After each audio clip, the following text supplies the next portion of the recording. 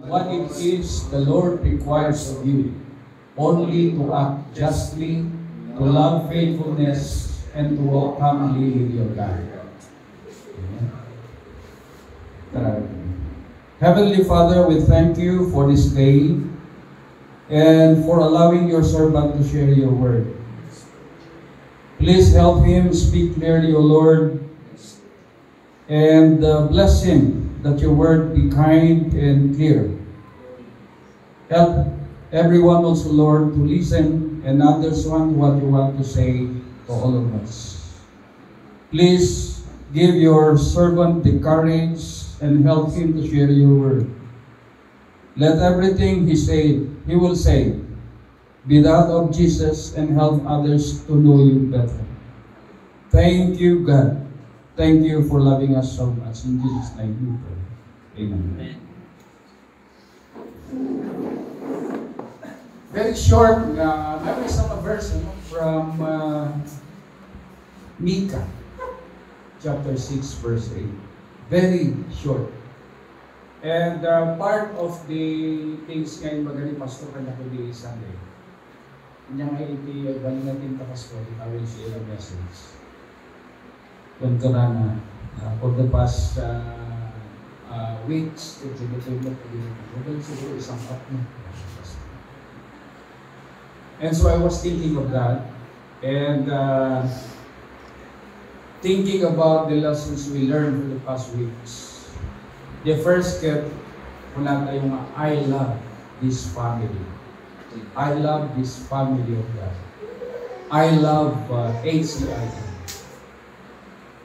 The family was explained, the acronym of the family, the word family was explained. Mapatay pa, ma-recall tayo. What is F? Nakalimutan na natin? Faith. It is here where we grow in faith. Pangalawa, asylum. It is here we feel at home. And then yung pangatlo is M, which is, it is here where we can mature as children of God. And I is, it is here where we find our identity as children of God. L is love and belongingness. We feel we belong. And what is Y? Yourself. You can be yourself. That was the first. I love this family of God. I love HCIM. And then, yung mga sumunod na week, ang sabi niya, let us fight for the core values. Yes. Only to find out when I was reading that the core values and so ni Pastor Kadatayo, these are the core values of the kingdom of God. And it is here where we anchor our core values as HCIM. Ang galing, ano? So we have to fight for our core values. And what are they? Faithfulness. Yung is faithfulness. That is a trait. That is a value. That is a core value. I love HCIM because it's here where I am fighting the core value of the kingdom of God. The core value of HCIM. The foundation of HCIM. Yung I pala is integrity. G stands for generosity. H stands for humility in leadership. And T is truthfulness. Truthfulness. So, in-lead na tayo ni Pastor ini kalabas na weeks. I love this family of God. This family of HCIM. And since I am love, naging values nga pagtakdara, we were taught. And that we were taught to fight on these core values. And ang linggong ito, sa linggong ito ay pag-uusapan naman natin. 3 bagay na pag-uusapan natin. 3 punto ang pag-uusapan natin.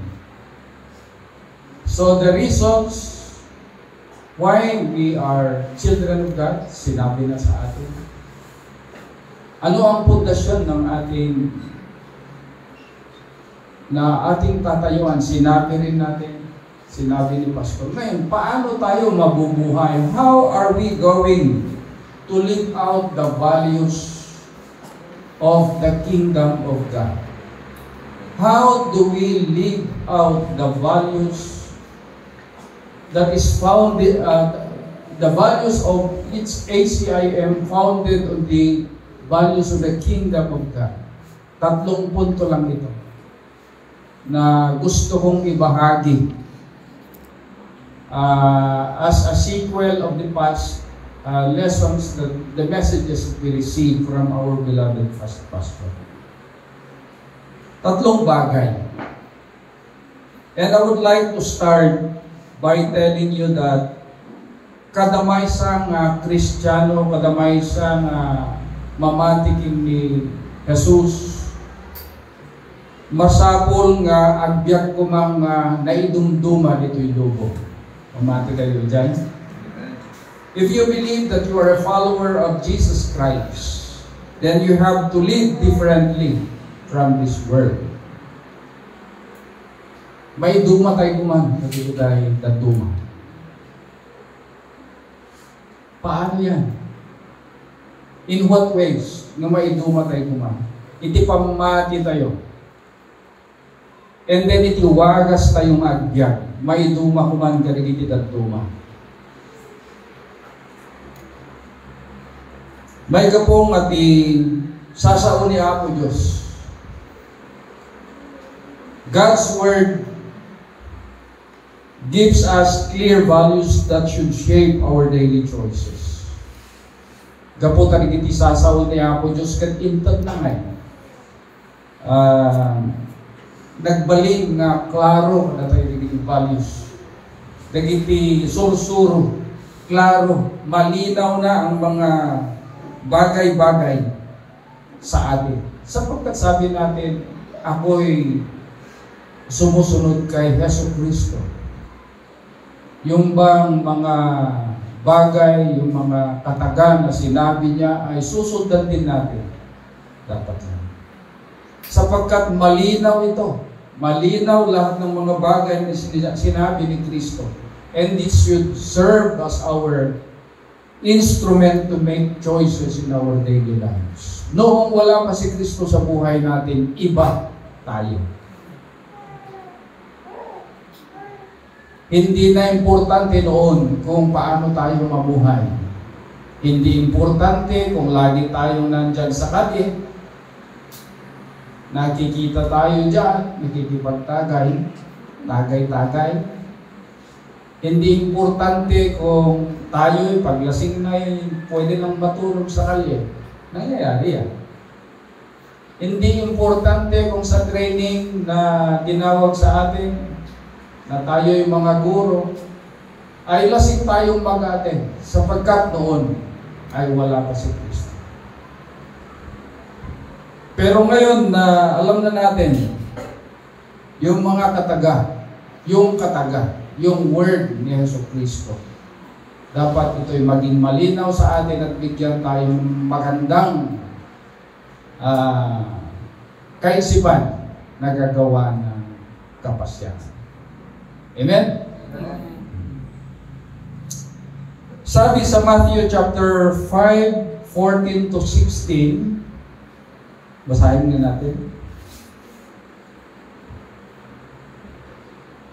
Matthew chapter 5, verses 14 to 16. You are the light of the world. A city situated on a hill cannot be hidden.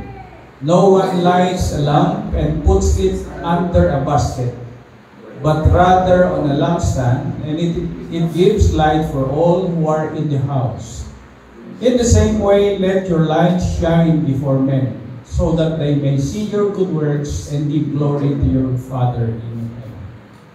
Ito po yung gusto natin sabihin. If we are followers of God, if we are followers of Jesus Christ, then we have to light before men. Our life should reflect Christ in a way that influences others. Pagtingin pa lang sa iyo, nai-inspire na sila. Dahil alam nila na ikaw ay follower ni Jesus Christ. No, hindi ko sana ito babanggitin sa inyo, no? Pero sasabihin ko na rin. When we were in Santa Ana, I was called to speak in front. Tinawag ko sa harap. Sabi niya, sir, mag-message ka na ng konti. Mag-message ka lang. So when I was there, nagbigay lang ako ng part of the related sa training. Sabi, pagkatapos noon, sabi ko, sige, iwanan ko kayo dito and then I have to go to the other room. So, nung natapos na rin ako sa isa, bumalik ako sa first. And 2 teachers came, sabi nila, Sir, sana lagi kang nasa training. Bakit? Kasi kahit tumayo ka sa harap, inspired na kami. Praise God. Ay, gusto, hindi ko naman thank you kung gano'n sabi ko. But, this is just to explain. Sana lahat tayo, agsilaw tayo kumangan. Amen. If all of these souls get agranya kaligid duman, then everybody will be inspired. They will be influenced to serve the Lord and follow Jesus Christ. In James chapter 1 verse 22, tingnan nga natin.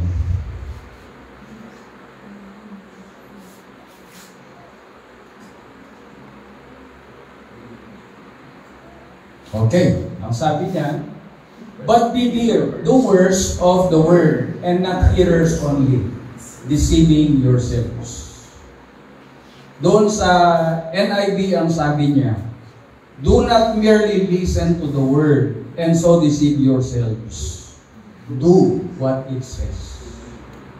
So gawin mo, sabi niya. Now what does it mean? Pag naniwala tayo kay Kristo, and we tell ourselves we are followers of Jesus Christ, faith must be active.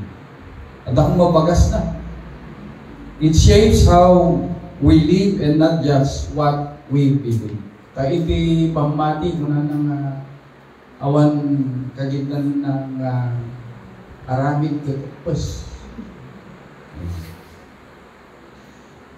Now, with this connections, dito yung connection nga araramidan tayong manipod kadagitay at tuma.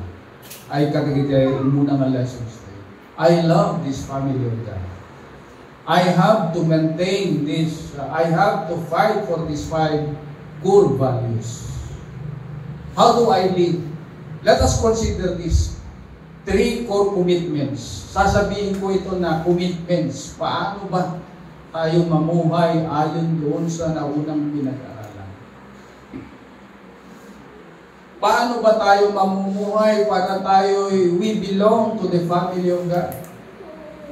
We will maintain our status as family, member of the family of God.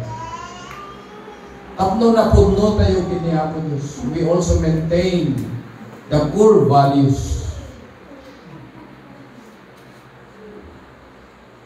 May 3 bagay akong gustong i-share sa inyo. Una,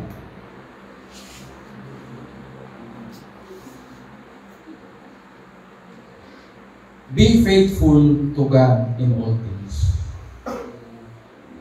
So if these are the cases, we say we belong. I love this family of God. These are the core values of the kingdom of God. So paano ako mamumuhay ngayon bilang alagad ni Hesus Kristo?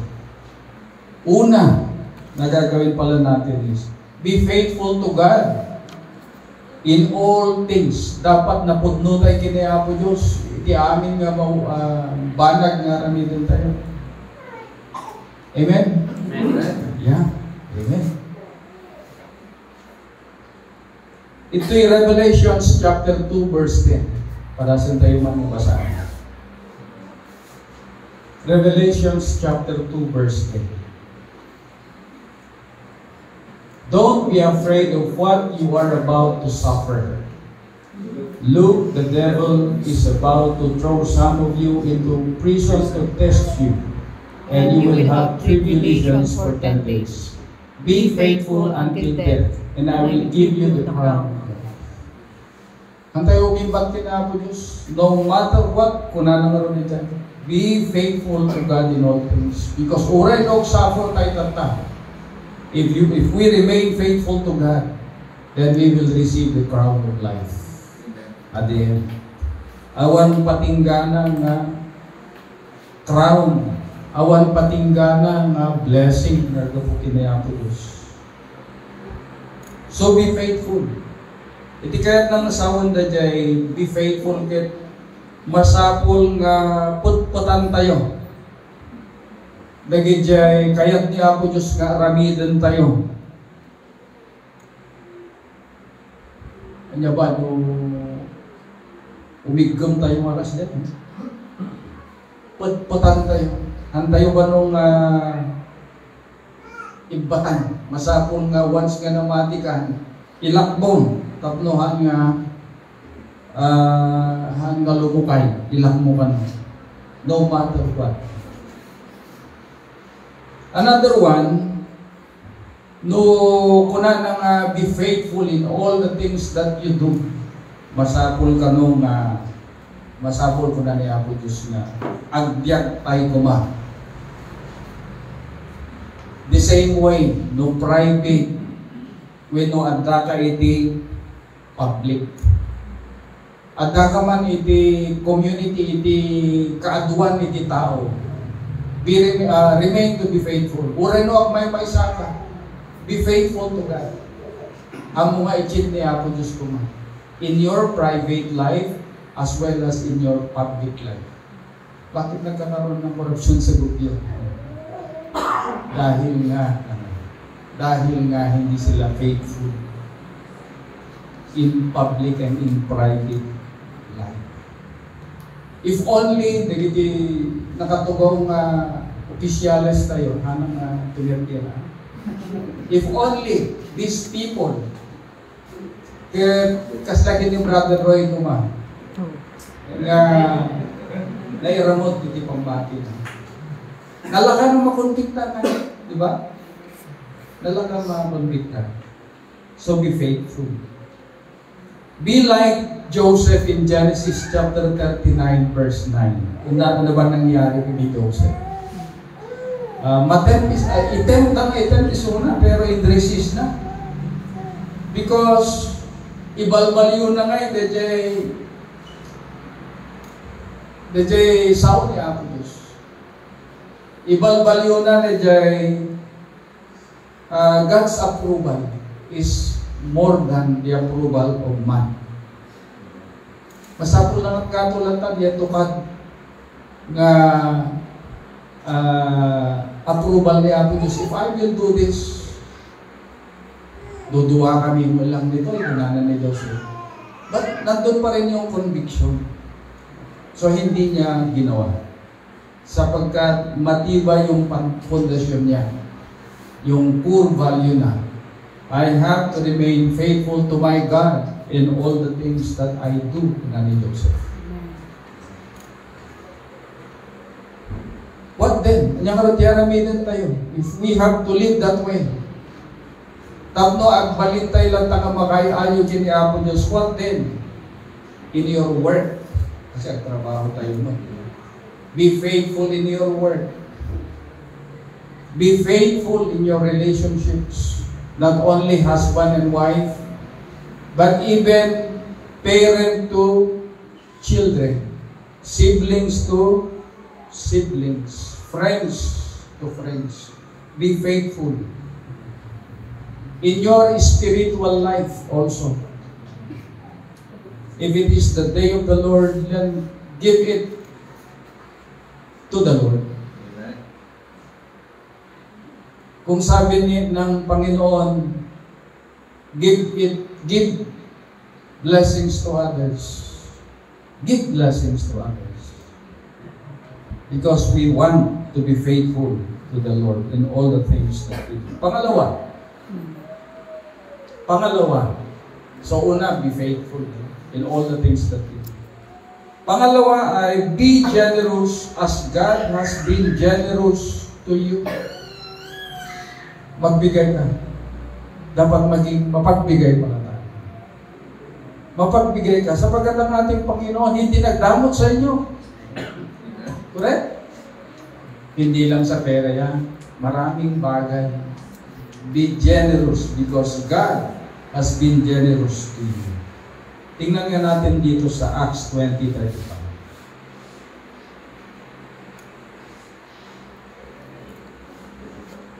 Acts 20:35. In every way I've shown you that by laboring like this, it is necessary to help the weak and to keep in mind the words of the Lord Jesus. For he said, it is more blessed to give than to receive. Palagi natin sinasabi yan. It is more blessed to receive, to give than to receive.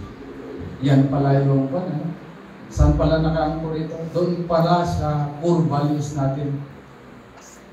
Doon pala sa core values ng Kingdom of God. Doon pala sa core values na sinusundan ng HCIM.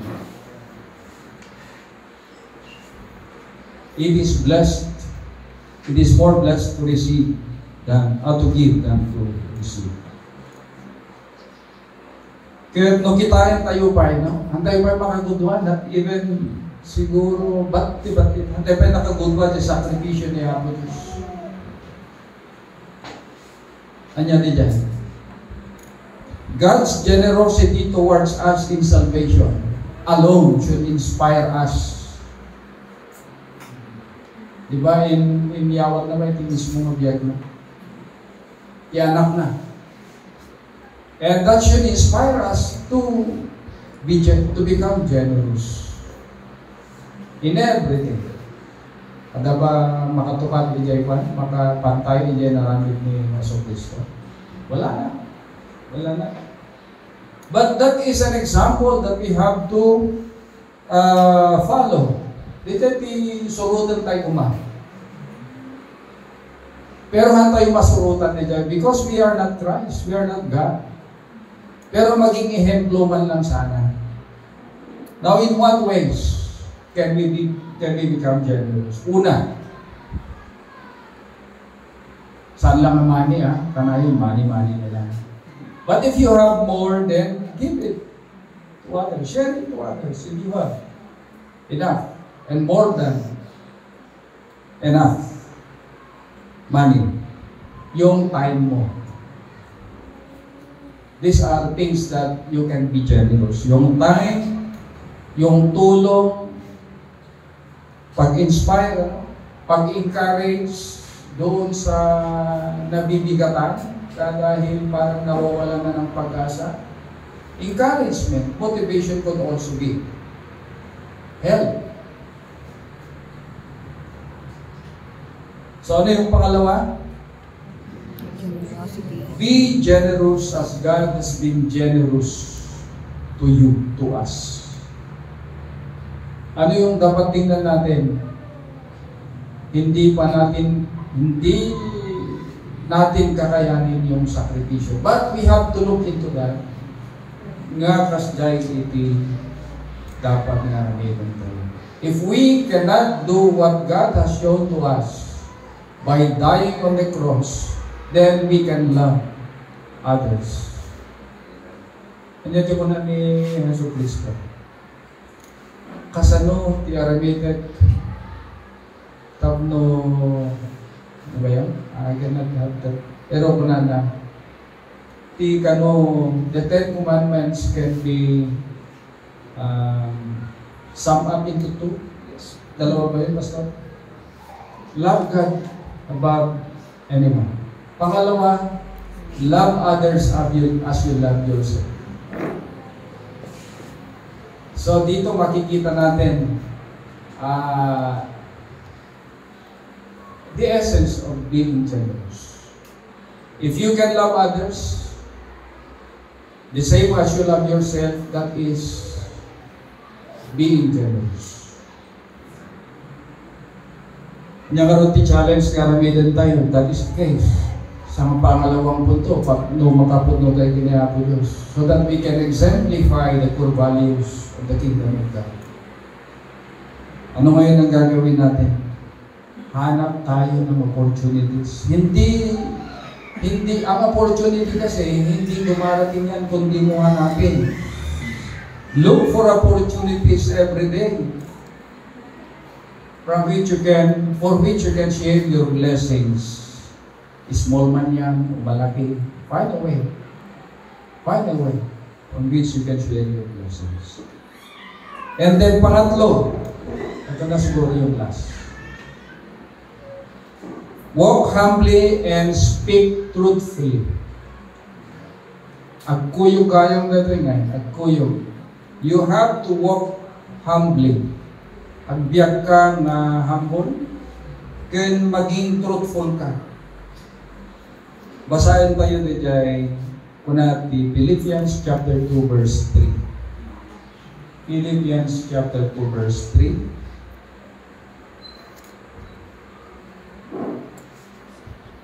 Kaya kuna na dito ay, do nothing out of rivalry or conceit, but in humility consider others as more important than yourselves.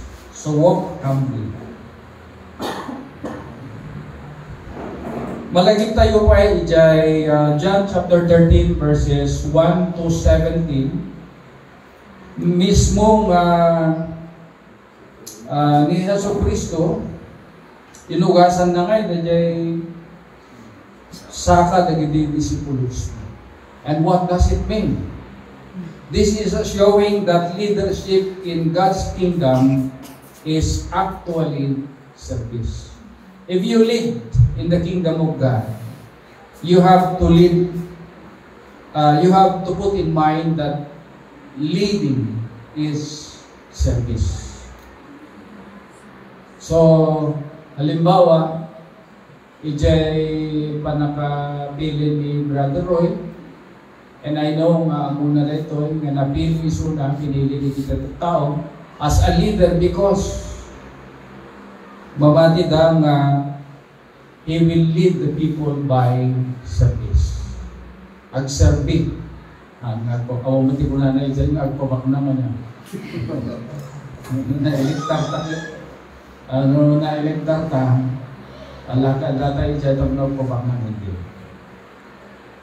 The text of the Bible says leadership is service. Tapos mo kayo ayon kayo ginayabot Diyos, let us walk humbly and speak truthfully. Hindi pagiging truthful gayang, truthfulness reflect the God who cannot lie.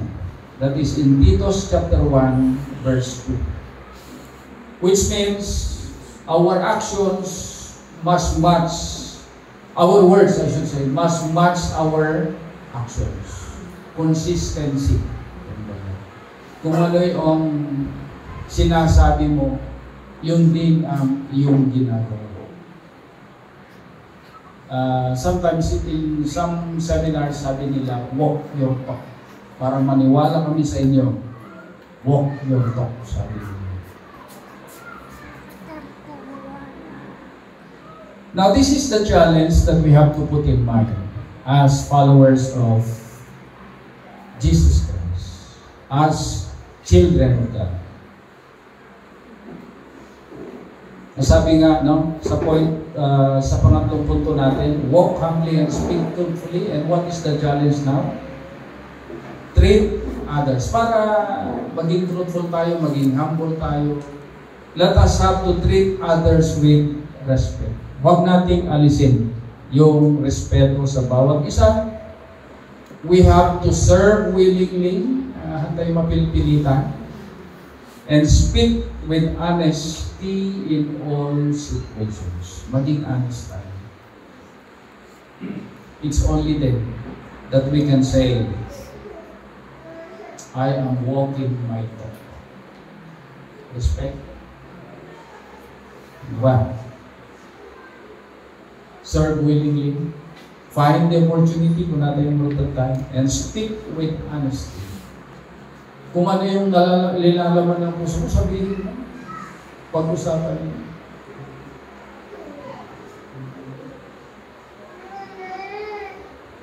Faithfulness, integrity, yung mga core values natin. Faithfulness, integrity, generosity, humility, truthfulness are not just moral traits or values. More importantly, we have to consider them as evidence that Christ, kaya ito ebidensya nga ni Kristo lives in us.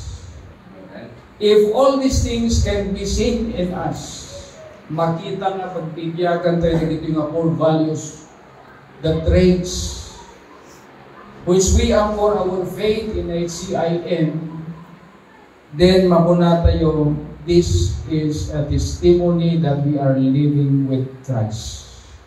That we are in Christ. Amen. Amen? Amen. Testimony. Okay. And finally, I would like to tell you, and I will give you this challenge sa atin. I would like to challenge myself, and I would like to challenge everyone by saying that dati ko mga biyak na takanya tayo tata. Dahito'y makita ko ma, nagitilan ko. Let our lives be a message to people and for them to witness. Let live so that others see Christ in our being faithful to Him, generous to Him, being humble to Him, and being truthful and consistent to Him. Amen? So gusto ko lang balikan. I love this family of God. I love HCIM. Kasi ina-anchor natin yung belief natin. These are the foundations that we can say that we belong to the family of God. Faithfulness, integrity, generous, humility, and truthfulness. Ngayon, knowing this, isa sa buhay na natin ito. Let this all be part of our everyday life. Ang unang punto para may sa buhay natin ito, be faithful to God in all things. Yung pangalawa, be generous as God has been generous to you. Be generous. Be a cheerful giver. And then pangatlo is, we have to walk humbly and speak truthfully. Huwag tayong magtatago sa puso ng kung ano. Let's be truthful. Amen? Amen.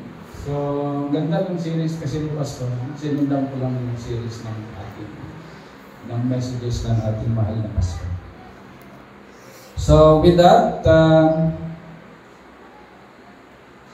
I would like to leave a closing verse dito sa lesson natin. I would like to quote from Matthew chapter 5 verse 16.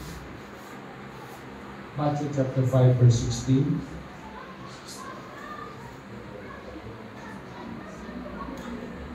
In the same way, let your light shine before men, so that they may see your good works and give glory to your Father in heaven. Amen. Amen? Amen. Can I invite everyone for the